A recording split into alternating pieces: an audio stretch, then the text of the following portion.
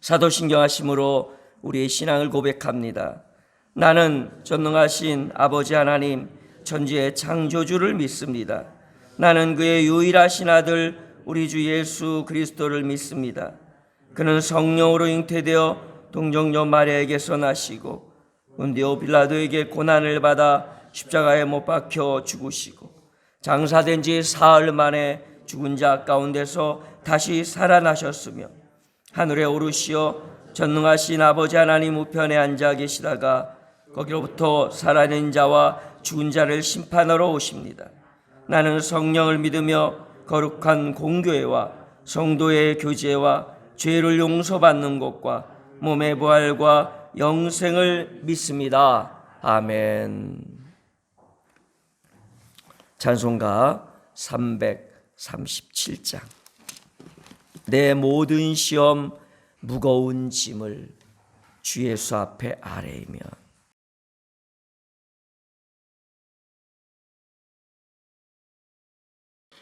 오늘 말씀은 시편 9편 말씀입니다. 오늘 말씀에 딱 내용하고 딱 맞는 말씀입니다. 시편 9편 오늘 말씀을 들으시고 집에 가서 한번 337장을 한번 더 불러보시면 큰 은혜가 여러분 가운데 있을 것입니다. 시편 9편 좀 긴데요. 오늘은 작정을 하고 온 게 뭐냐면 하다가 시간이 모자라면 나머진 다음에 하지 그러고 작정하고 왔어요. 왜냐면 말씀을 준비하는데 너무너무 귀한 내용들이 많아서 그냥 그렇게 작정했습니다. 자, 시편 9편 1절 제가 읽고 여러분 2절 읽고 이렇게 교대로 함께 말씀을 낭독하겠습니다. 내가 전심으로 여호와께 감사하오며 주의 모든 기이한 일들을 전하리이다.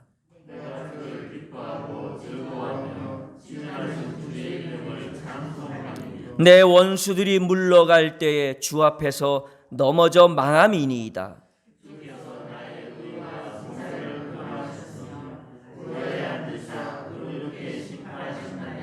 이방 나라를 책망하시고 악인을 멸하시며 그들의 이름을 영원히 지우셨나이다.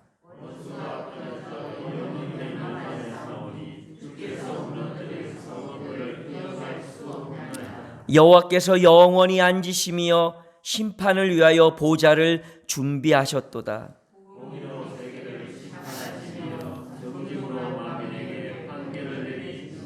여호와는 압제를 당하는 자의 요새시오며 시오 환난 때 요새이시로다.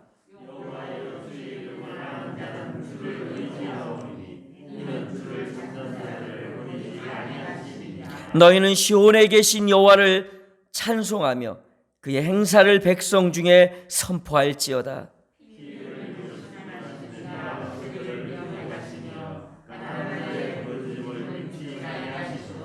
여호와여 내게 은혜를 베푸소서.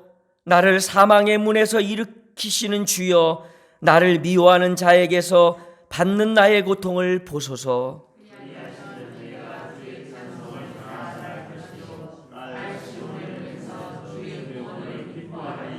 이방 나라들은 자기가 판 웅덩이에 빠지며 자기가 숨긴 그물에 자기 발이 걸렸도다.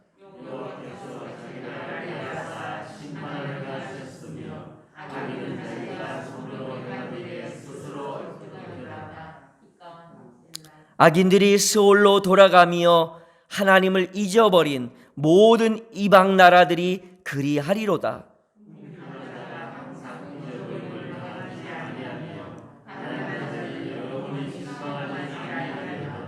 여호와여 일어나사 인생으로 승리를 얻지 못하게 하시며 이방 나라들이 주 앞에서 심판을 받게 하소서.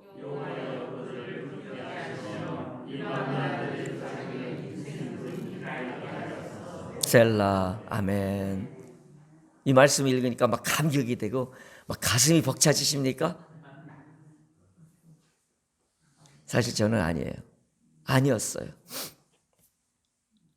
시편을 이렇게 읽다 보면 뭐 시편 23편이라든지 지난번에 했던 시편 8편 같은 그냥 그 문장 그 자체가 그냥 막 감격으로 다가오는 그런 말씀도 있는 반면에 시편 9편까지 뭐가 복잡해. 그래서 그냥 슬쩍 읽고 지나가는 경우도 종종 있습니다. 제 인생에서 시편 9편을 이렇게 묵상한 적이 있을까 싶을 정도로 밤잠 못 자며 이 시편 9편에 매달려 있었던 날이 이번이었던 것 같습니다. 또 다른 제목을 제가 하나 더 줬어요. 얼마나 그 내용을 많이 가슴에 담았으면 제목이 2개나 돼요. 하소연할 것 없을 때 드리는 기도. 하소연할 것 없을 때. 인생에 하소연할 것이 없는 그런 힘들고 어려운 때 제목을 멋지게 붙인 게 아닙니다. 성경 말씀에 있는 구절을 그대로 옮겨서 제목을 만든 겁니다. 이 시편 9편을 묵상해 보세요. 오늘 말씀 잘 들으시고 말씀을 좀 더 깊이 이해하셔서 이 시편 9편이 여러분의 삶에 하소연할 것 없을 때 또는 홀로 감당해야 될 때 이 기도를 똑같이는 아니어도 비슷하게라도 이 다윗처럼 드려서 감격이 넘치는 삶 그리고 희망이 넘치는 노래가 여러분 가운데 있기를 주님의 이름으로 축원합니다. 시편은요 삶으로 드리는 노래입니다. 그래서 시라고 그러잖아요. 그리고 삶으로 드리는 기도입니다. 시가 그냥 멋진 글을 쓰기 위해서 있는 게 아니고요. 내 마음을 드러내는 거예요. 그게 시의 능력입니다. 그래서 제가 특별히 시편을 기도라고 바꾸어서 여러분과 함께 찾아가고 있습니다. 너무너무 좋은 제 인생에 있어서 시편 9편을 이렇게 깊이 묵상해가는 너무나도 좋은 기회를 주신 하나님께 감사드리고요. 그렇게 함께 할 수 있는 여러분이 있어서 너무 좋습니다. 고난과 어려움, 슬픔과 간절함 이런 인생의 굴곡진 여정을 경험한 사람이라면 시편의 이야기를 공감할 수 있을 것입니다. 그런데요, 그런 삶을 살았다고 해도 시편의 시들이 내 가슴속에 들어오지 않는 이유가 있습니다. 그건 뭐냐면 하나님을 삶으로 마주대하지 않기 때문에 그래요. 삶은 따로 있고 슬픔은 따로 있고 어려움은 따로 있어요. 어려울 때 하나님을 만나야 돼요. 슬플 때 하나님을 만나야 돼요. 홀로 있다고 생각되어질 때 하나님을 찾아야 돼요. 그게 다윗과 우리의 다른 점이에요. 삶에서 하나님을 마주 대하면 시편은 감격이요, 희망이요, 그리고 오늘 1절에 다윗이 외친 것처럼 놀라운 간증이 됩니다. 1절 한번 보겠습니다. 내가 전심으로 여호와께 감사하오니 내 모든 마음을 들여서 감사하며 주의 귀한 일들을 내가 전하겠습니다. 나 간증하겠습니다. 내 삶에 이런 놀라운 일을 이루신 내 하나님의 그 놀라운 행사를 내가 만민에게 알리겠습니다라는 고백을 지금 시작하는 거예요. 나 지금 놀라운 간증할 거거든, 감격의 간증할 거거든 이라고 말하고 있는 거예요. 다윗은 자신의 삶을 시로 표현했습니다. 삶으로 드리는 노래가 어떤 겁니까?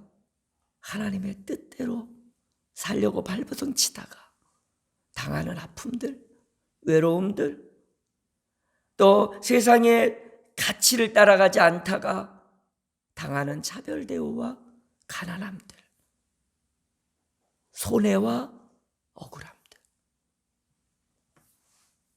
세상은요, 우리를 하나님의 그 선하시고 온전하시고 기쁘신 뜻을 따르도록 놔두지 않습니다. 어떻게 하든 방해를 합니다. 어떻게 하든 자신의 가치관과 반대되는 그것을 무너뜨리려 합니다. 사랑이 얼마나 좋습니까? 그런데 사랑한다고 말하면 세상은 싫어합니다. 사랑한다고 말하면 조롱합니다. 사랑한다고 말하면 그래 한번 해봐라. 얼마나 네 인생이 고달픈지라고 말합니다. 그런 이 세상에 살면서 우리가 희망의 노래를 다윗처럼 부르려면 오늘 2절의 고백이 우리 가운데 있어야 합니다. 2절 보겠습니다. 내가 주를 기뻐하고 즐거워하며 지존하신 주의 이름을 찬송하리니. 나는 주님을 기뻐합니다라고 외쳐야 됩니다. 나는 주님을 기뻐합니다. 나는 주님이 즐겁습니다. 그래서 날마다 더없이 소중한, 이게 지존이란 뜻이에요. 더없이 존귀한 주님의 이름을 불러봅니다. 여러분 이 아침에 와서 주님의 이름 부르고 계시니 여러분 안에 그 기쁨이, 그 즐거움이 오늘 말씀처럼 가득하길 주님의 이름 축원합니다. 다윗은 지금 말합니다. 나 너무너무 기뻐요. 이게 내 간증의 시작입니다. 나 너무너무 주님 때문에 즐거워요. 주님만 생각해도 기쁩니다. 주님만 생각해도 내 마음이 이렇게 좋은데 그 얼굴 볼 때 얼마나 좋을지요. 이 고백이 홀로 남겨져 있을 때 나를 지탱하는 힘이 될 것입니다. 하소연할 것 없이 억울하고 답답할 때 나의 능력이 됩니다. 다윗은 지금 외칩니다. 주님은 나의 기쁨입니다. 한번 따라해 봅시다. 주님은 나의 기쁨입니다. 즐거움입니다. 나 그렇게 안 되는데요? 아니요. 그렇게 외치지 않아서 안 되는 거예요. 생각해 보세요. 감사할 수 있는 건 누구나 다 감사해요. 우리의 믿음이 무엇입니까? 감사할 수 없을 때 감사하는 거잖아요. 그러려면 감사할 수 있는 걸 감사하는 세상 사람과는 달라야 돼요. 그게 뭐냐면 오늘 다윗의 고백, 놀라운 간증입니다.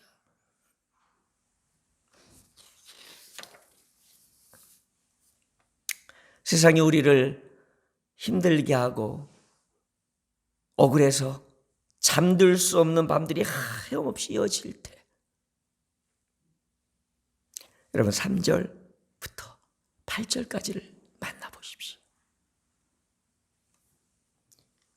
하나님의 심판을 마주대하면 악인의 잘됨이나 정의가 사라진 것 같은 이 세상도, 그래서 억울해지는 세상살이도 달라집니다. 오늘 다윗은 3절부터 8절에 심판의 하나님을 이야기합니다. 하나님은 어디 외출 가신 것 같고, 하나님은 내 신음을 귀 기울여 듣지 않으신 것 같을 때, 그래서 이 땅에 홀로 남겨져 있는 것 같을 때, 의인의 고통받음이 위로와 감격으로 보상되어지는 비결이 바로 심판의 하나님을 바라보는 죄입니다. 4절을 한번 보겠습니다. 4절에 어느 성경 번역본은 이렇게 번역을 했어요. 4절을. 여러분은 4절을 개역개정을 보시고 저는 다른 번역본을 들려드리겠습니다. 주께서 모든 일을 바로 잡으셨고 내가 필요할 때 곁에 계시며 변호해 주셨습니다. 좀 많이 다른데 다른 게 아니라 똑같은 거예요. 글자마다. 주께서 모든 일을 바로 잡으셨고 내가 필요할 때 나의 곁에서 나를 변호해 주시는 심판의 하나님임을 내가 압니다 라고 고백합니다. 7절 한번 볼게요. 하나님께서 중심을 잡으시고 세상의 혼란을 살피시며 바로 잡으시는 분이십니다.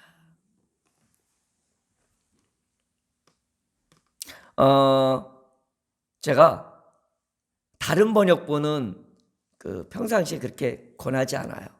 왜냐하면 자꾸 이렇게 오해할 수 있는 요지가 많은데, 근데 시편만큼은요 귀에 되는 대로 다른 번역본들을 보십시오. 놀라운 은혜들이 있습니다. 어제 잠시 전도사님이 설교를 했지만 진짜 우리의 위로와 능력과 힘이 되는 거는요, 그 공의의 주님이, 심판의 하나님이 나의 믿음의 핵심이기 때문에 사는 거예요. 믿음이 사는 게 아니고 그 믿음의 주체자인 하나님을 보기 때문에 우리가 살 수 있는 거예요. 그분은 여러분의 억울함을 해결해 주시는 분입니다. 그분은 잠잠하지 않으시는 분이 아니고 불의 앞에 반드시 심판을 이루시는 분이십니다. 그 마지막 날에 이 세상의 모든 헛되고 어리석은 것들을 멸하시고 공의와 진리로 여호와 하나님의 뜻을 따르는 우리들의 하나님이십니다. 다윗은요 9절 10절에 이렇게 말합니다. 9절 10절을요 제가 오늘 여기까지밖에 못하겠네요. 9절 10절을 제가 새 번역본을 읽어드릴 테니까 한번 잘 들어보세요. 첫 번째는 여호와는 압제를 당하는 자의 요새시요 환난 때 요새시로다, 이렇게 나와 있는데요. 다른 번역본 하나 들을게요. 주님은 억울한 자들의 피할 요새시며 고난받을 때 피신할 견고한 성이십니다. 또 다른 번역본 볼게요. 여호와는 억울한 자의 요새시며 곤궁할 때 몸담을 성이십니다. 여러분, 억울하잖아요. 오늘 홀로 남겨지면 억울한 것 같잖아요. 하소연할 것 없다는 얘기는 억울하다는 얘기잖아요. 그럴 때 그 억울한 자들이 피할 곳이 하나님이에요. 억울하잖아요. 왜 저 나쁜 놈들은 잘 사는 것 같고 떵떵거리고 거짓을 행하는 저들은 잘 되는 것 같고 억울하잖아요. 아니에요? 나도 저들처럼 좀 살아보고 싶어. 돈 좀 팍 벌어서 그냥 큰 소리도 치고 막 권세 잡아갖고 그냥 밑에다 군림시켜갖고 굴복시키고 그런 마음 안 드세요? 억울한 자들의 피할 곳이 주님이셔요. 그래서 오늘도 이 아침에 나온 거 아니에요? 억울한 나의 삶을, 홀로 남겨진 외로운 나의 삶을 하소연하려고. 하나님은 오늘도 여러분을 사랑하십니다. 하나님은 오늘도 홀로 여러분을 지키시고 돌보시고 가슴으로 안아주십니다. 우리가 어디 가서 위로를 얻으며 우리가 어디 가서 이 마음을 치유받을 수 있겠습니까? 10절 여호와여 주의 이름을 아는 자는 주를 의지하오리니 이는 주를 찾는 자들을 버리지 아니하심이니이다. 다른 번역본 볼게요. 주님을 찾는 사람을 주님께서 결단코 버리지 아니하심으로 주님의 이름을 아는 사람들이 주님만 의지합니다. 또 다른 번역본 여호와여 당신을 찾는 자를 아니 버리시기에 당신 이름 받드는 자 그 품에 안깁니다. 하소연할 것 없이 고통받는 우리들의 피난처 되시는 주님, 나의 피난처 되시는, 나의 위로 되시는 주님은 성도들의 보호자시며 외로이 버리주신 자들의 믿음의 주가 되십니다. 내 편이라고 없는 이 세상, 나를 이해해 주는 사람도 없는 것 같은 이 세상, 내게 주어진 고난이 오롯이 나에게만 남겨져서 아무도 대신할 수 없고 홀로 그 고통을 감내해내야 되는 그 시간에 사랑하는 사람도 이웃도 동료도 없다고 여기실 그때, 바로 홀로 모든 것을 감당해야 되는 그 시간에 오늘 다윗처럼 주님 앞으로 나가십시오. 그게 우리의 믿음이며 그게 우리의 살 길입니다. 주의 이름을 외치십시오. 다윗처럼 내가 기이한 간증을 하겠노라라는 고백이 오늘 여러분 가운데 있길 바랍니다. 12절을 읽어드리며 마치겠습니다. 피 흘림을 신문하시는 이가 그들을 기억하시며 가난한 자의 부르짖음을 잊지 아니하시도다. 살인자에게 보복하시는 분께서는 억울하게 죽어간 사람들을 기억하시며라고 해석한 게 아니라 번역본에 그렇게 나와 있어요. 무지한 피를 갚으시는 분께서 그들을 잊지 아니하시고, 여기 가난한 자라고 얘기합니다. 삶의 가난한 자, 심령이 가난한 자. 주님 말씀하십니다. 복이 있나니. 오늘 시편 9편, 오늘도 가난한 자를 버리지 아니하시고 돌보시고 그 부르짖음을 잊지 아니하시는 그 하나님 앞에 이 고단한 인생길에서 위로를 얻으시길 주님으로 축원합니다. 시편 9편 한번 다시 집에서 읽어보시고 주님의 위로가 넘치길 주님의 이름으로 축원합니다. 기도하겠습니다. 홀로 남겨진 것 같은 그때 하소연할 곳이 없어서 발을 동동 구르며 어찌할 바를 모르고 있을 그때 시편 9편이 나의 간증이 되게 도와주옵소서. 나의 삶의 노래가 되게 도와주시고 나의 희망과 위로가 되게 하옵소서. 가난한 자를 기억하시며 그 부르짖음을 잊지 아니하시는 주님, 나의 오직 피할 바위, 결탄코 나를 버리지 아니하시는 주님께 오늘도 나아갑니다. 주의 이름을 의지하며 버려진 듯 외로이 있는 이들을 가슴에 품는 주님을 사랑합니다. 주님 때문에 기쁩니다.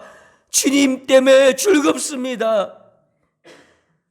그래서 주님을 찬송하며 이 기이한 일을 전하게 했습니다.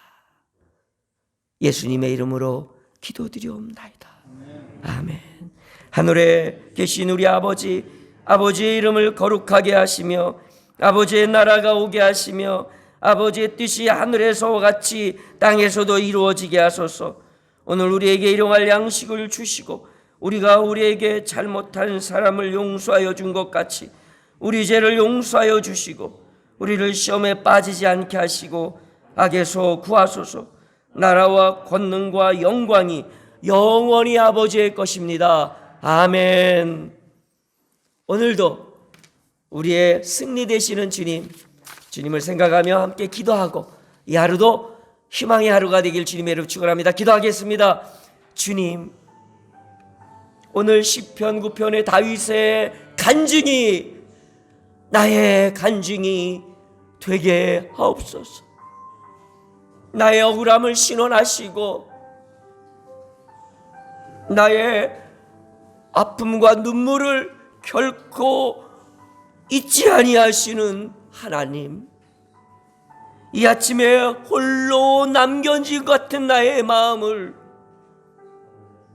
외로워 어쩔 줄 몰라 하는 나의 마음을, 나의 형편을 주님께 아뢰오니 주여 우리의 희망이 노래가 되게 하시고 주의 이름이 나의 자랑이 되게 하시고 세상이 줄 수 없는 평안과 기쁨이 되게 하여 주옵소서. 그래서 우리의 입술에 날마다 주님 때문에 기쁩니다, 주님이 즐겁습니다 고백할 수 있는 우리가 되게 하옵시고, 그 귀한 일을 전하며 살아가는 우리의 삶이 되게 하여 주옵소서.